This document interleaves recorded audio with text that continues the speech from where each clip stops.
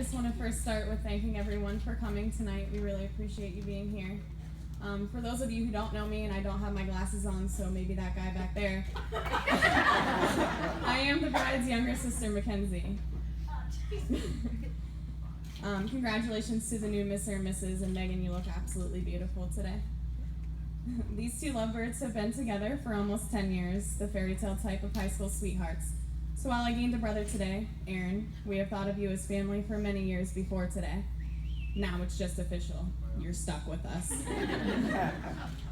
Your love for Megan has made her happier than I've ever seen her in my life. Lucky for Aaron, I never knew him before he dated my sister, so unlike Chad, I can't tell you any horribly embarrassing before and after stories of him. But I can tell you one thing, he is perfect for my sister. I knew this after he survived a few family vacations and now almost 10 years in our craziness. When I talk about my older sister, I could tell you stories for hours. I've always been a bit protective of my sister, but the strength I have seen in her the last couple of months has shown me that she is so much stronger than I could have ever imagined. When I think back to our adventures in childhood, I have only happy memories. Like the time she came home from a camping trip and smashed a raw egg on my head and made our babysitter quit. Or the many days spent in the playhouse that Nana and Papa built for us that we played gas station in with the neighbor boys for hours on end. You always shared your Barbies, even if I cut their hair off. And most recently, the night I sat in the broken chair in your kitchen that shattered to pieces the second that I sat down in front of a house full of people, and you vowed to burn it on my behalf. I have always looked up to you and have appreciated your support anytime I have needed you, through the good and the bad. You have been such a positive role model for Riley, Delaney, and I am so proud of the woman you have become. I can't wait to see what your future has in store as a married couple, and with that, a few words of advice. Never go to bed angry. Take each day and cherish your time together. Love one another and stand together. Take time to talk to one another. Put your love and your family first and your job and your hobbies second. Never lose your sense of adventure and remember to keep laughing, even through the hard times. I love you both so much and congratulations. If you would just raise your glasses and toast to the new Mr. and Mrs. Aaron Schlottecker.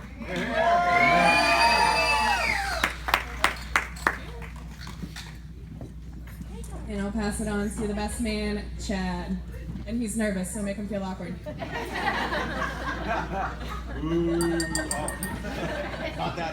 didn't know there was going to be so many people here.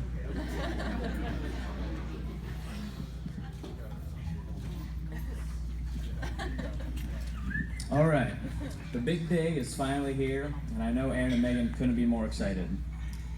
Aaron was actually telling me a couple months ago just how excited he was for this wedding. Aaron slid into my car one night full of excitement after a trip to Erie, and before I can say anything, he gives me a, "Dude, you gotta see my wedding band. It's pretty badass." He then goes on to tell me about its important qualities and finishes with, if we go out sometime and I need to throw hands, I'm just gonna switch it to my right hand and be like I'm wearing brass knuckles. And of course he did some shadow boxing afterwards. Though we both went to Sagertown our whole lives, I didn't really meet Aaron until I was in 9th grade. I was a grade older than him. He was smacking homers on the baseball diamond. I was shooting goals in on the soccer field, so I didn't really get to know him until then. But then fate brought us together in the fall of 2004 when Aaron and his friends were signed up for the Titusville Chuck and Duck dodgeball tournament. Their 6-man team was left 1 man short a couple days before the tournament. If it wasn't for Nick Sullivan forging his father's signature on the parent release form and getting grounded from playing in the dodgeball tournament, if it wasn't for him getting grounded, I don't know how soon I would have met Aaron. I became friends with Megan at practically the same time period. The first place I actually ever drove myself with my brand new license and Mom's Ford Windstar minivan was to Megan's sweet 16th birthday party. Now this was way back even before Aaron and Megan were even dating, but not surprisingly Aaron was there too. So the three of us, along with all of our friends, had a great night sipping on punch, and I'm sure we probably danced a sandstorm a couple times. Aaron and I have too many memories to count. We've gotten ourselves into a lot of mischief in our day, and I say mischief and not trouble because we've never really been caught or arrested yet. So hopefully we keep the streak alive. I have a million memories I could share with them, but a lot of them are of the you had to be there variety, so I'll try and be vague. Starting when we were youngsters, we would do simple things for fun. We would grab ourselves a couple issues of the Meadville newspaper and check out the classifieds and see who was selling stuff on there. Aaron's favorite bit that I would prank call would be when I would call people and ask if they had puppies for sale. At one point, I even joined a rock band that was looking for a guitarist. There were also trips to Walmart getting supplies to make works bombs. We would make them up, blow some shit up, and continue driving around listening to music all night on dirt roads and arguing who was going to pay for gas. One song that Aaron and I would always karaoke to in the car and I refused to do in public was Bring Me to Life by Evanescence. Aaron would sing the male role, and I would sing the female part by Amy Wade. It was pretty bad. Nowadays, we do what most 20-somethings do together. We drink beer and slay deer together, watch football and tailgate, and maybe Aaron's favorite thing to do is watch the stacked UFC cards on Saturday nights. And it's a good thing we do watch UFC together because I feel very often we have to draw from what we see on UFC from all the shoving matches and fights Aaron gets us into. We can't even go to a gun raffle without Aaron throwing a shoulder into a guy and starting some shit talking. That night, Aaron was wearing flip-flops and demanded that I give him my shoes so he could knock the dude out. Luckily, we got out of that situation. Gotta flip pages. The thing I appreciate the most about him is his ability to open up, lend a listening ear, and also give me some advice. Oh, did I turn it off? It's off, buddy. Yellow. Did I break it? Technician. Engineer. Battery down? The on switch. Oh.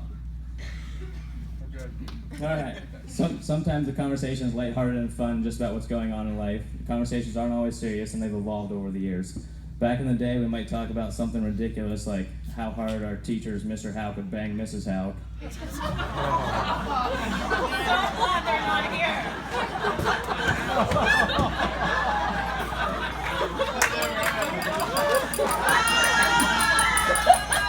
We still talk about stupid stuff, of course, but it's What, was that too much? Oh, there's no coming back from that.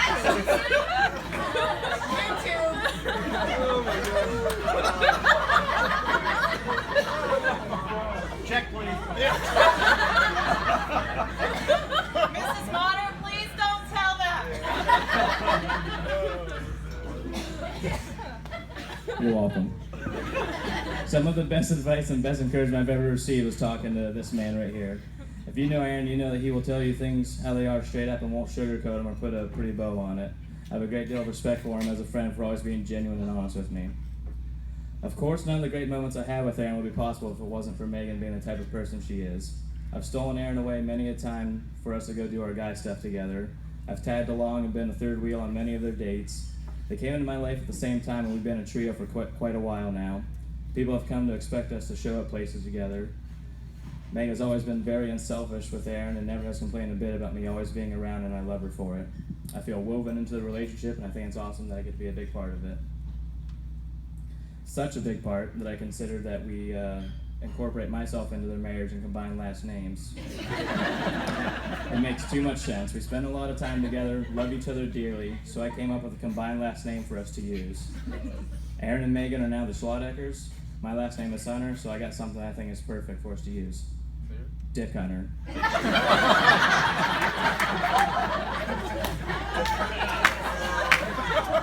Check, please. Since we're on the topic of family, Aaron and Megan each come from wonderful ones. I've seen firsthand the love that is shared between each family member in this newly formed single family. The reason we are here today and not having done this 6 weeks ago is this family experienced a terrible tragedy. It was the most difficult thing I think any of us have ever had to handle, and I don't think two families could have overcome it any better. It's a testament to the type of people that are in both of their families and their lives. Of course, as brave as we have all been through this, there is someone very important not here today. Our friend and Aaron's best man, John Wagner, couldn't be here today, at least not in person. We recovered his rough draft to his speech, and we wanted some of his words to be said here today. So these are from John's speech. Aaron, 7 years ago, a computer made us friends. When you live with someone in an 8x12 cell or dorm room, as they call it, you really get to know someone. In that time, I've learned that there are two sides to Aaron. There's a side of Aaron that will take you to a spot that he's been scouting all summer and let you shoot the 9-point that he knows is out there. And then there's a side of Aaron that will get you thrown out of a charity football game because he decides to start a fight with the hometown coaches. I know what you're thinking. Aaron start a fight? Pretty hard to believe, right? Hopefully no one's here from Cockington. And there's also the side of Aaron that will ask a friend to punch him in the jaw and get knocked out, which is why he can't smell.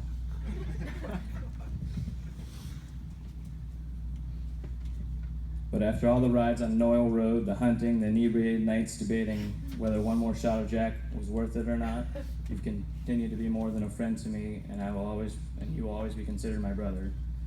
Now, when I first met Aaron, I met Megan. All three of us hung out a lot those first 2 years at Barron. Megan is the kind of girl you want your friend to be with. And she was always down for whatever, and best of all, she was probably the only girl that could live with Aaron's fighter side. They've withstood the test of time, and they are just in love as they are the day I first met them in Perry Hall. And John wanted us to finish with a toast to Megan and Aaron. Here, here.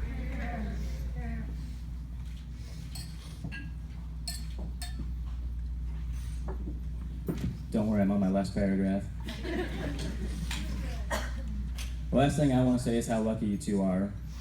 I imagine everyone in here should be jealous of what you two have. You two started out as classmates at Sagertown Elementary, developed crushes in high school, and eventually dated. So Aaron doesn't just get to marry Megan. He gets to marry his high school girlfriend, his homecoming date, his prom date, his college girlfriend, his UFC watching buddy, and the love of his life all wrapped up into one. Not everyone has what you have, even the ones that have found love and marriage to their soulmate. When most couples get married, they say they get to spend the rest of their lives together, but you two get to spend your whole lives together. I love you.